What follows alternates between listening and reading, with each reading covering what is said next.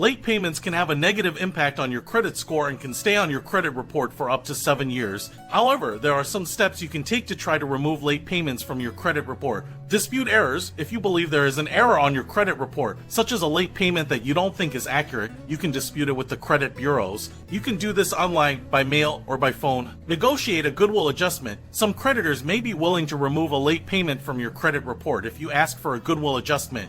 This is typically more successful if you have a good payment history with the creditor and the late payment was an isolated incident. Use a credit repair company. There are credit repair companies that specialize in helping people improve their credit scores. Some of these companies may be able to help you dispute late payments and other negative information on your credit report. Wait it out. Unfortunately, the most effective way to remove late payments from your credit report is to simply wait for them to fall off. Late payments typically stay on your credit report for 7 years, after which they are removed automatically. It's important to note that removing late payments from your credit report is not guaranteed and may not be possible in every case. However, taking steps to improve your credit score, such as paying your bills on time and keeping your credit utilization low, can help mitigate the impact of late payments and other negative information on your credit report.